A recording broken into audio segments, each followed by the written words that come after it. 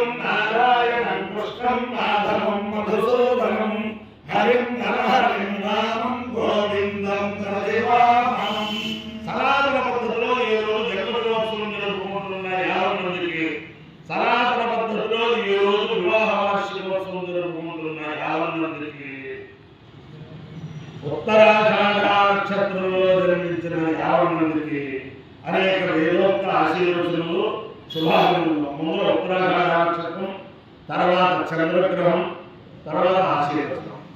అందరినీ కూడా పరమ పవిత్రమైన గోదావరి తీరంలో కొడమంచిలి గ్రామంలో స్వర్గురులు బ్రహ్మశ్రీ మానేపల్లి రామలింగ సిద్ధాంతి గారి దంపతులచే ప్రతిష్ఠించబడిన లక్ష్మీప్రసన్న వెంకటేశ్వర స్వామి సదా కాపాడాలని ఆకాంక్షిస్తూ ఈ కొడమంచిలి గ్రామం పరమ పవిత్రమైన గ్రామం.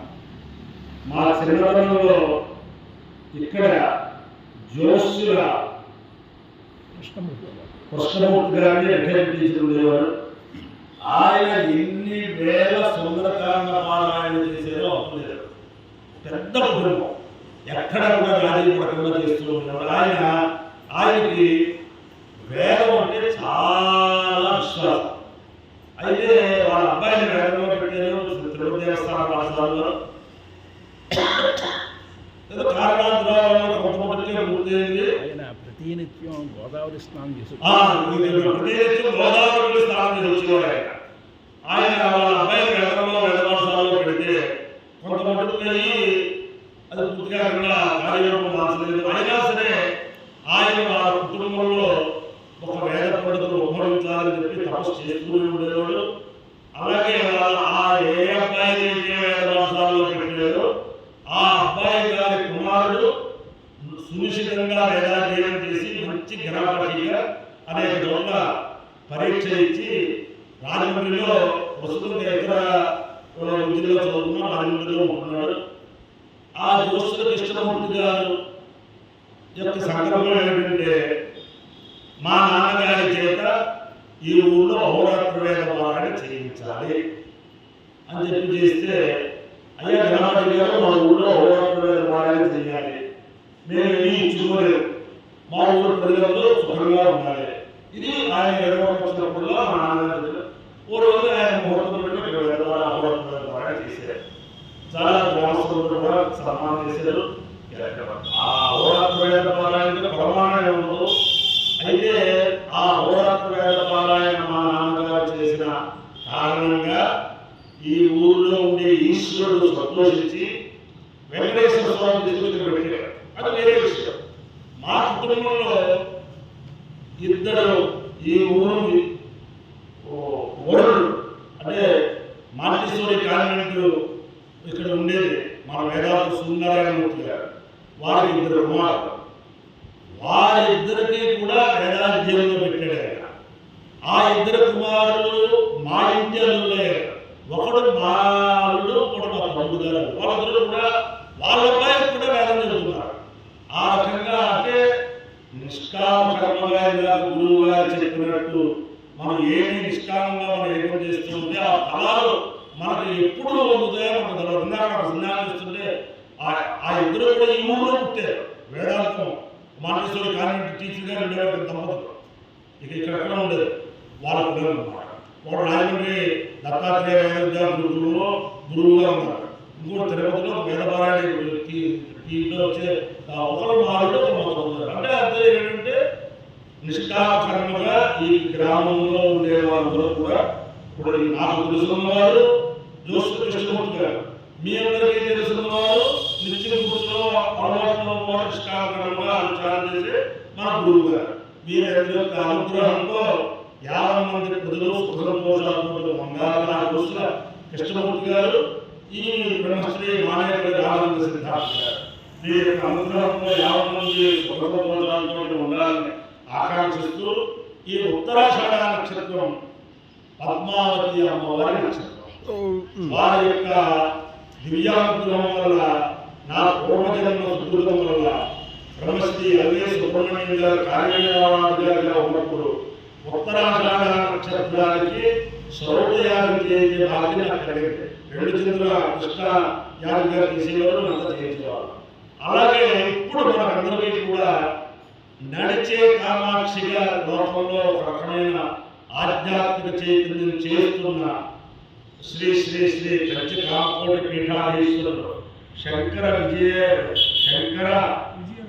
విజయేంద్ర సరస్వతి మహాస్వామి వారి నక్షత్రం ఈ ఉత్తరాషాఢ నక్షత్రం.